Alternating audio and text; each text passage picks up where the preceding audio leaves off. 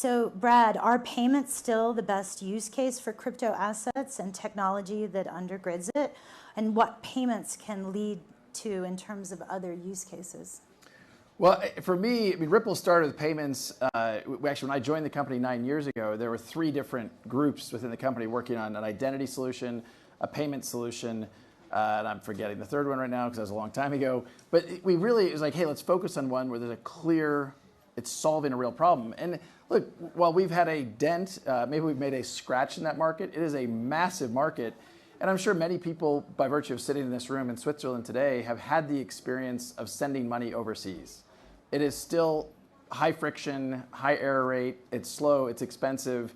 And that's the opportunity to use these technologies to actually make it much simpler, much faster, without sacrificing some of the core principles around KYC or AML or what have you. So I think the payments opportunity remains very large. It will continue to make progress. And when I say that, I mean both Ripple and the industry at large. There's other people approaching in different, some are going after consumer-based solutions.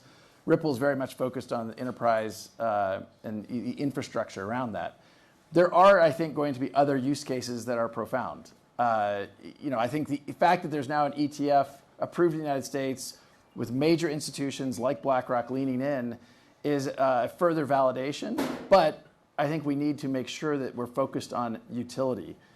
Some of the things I'm sure that people in this room have heard talked about, tokenization of real-world assets and democratizing access to the participation in those markets, I think is very real.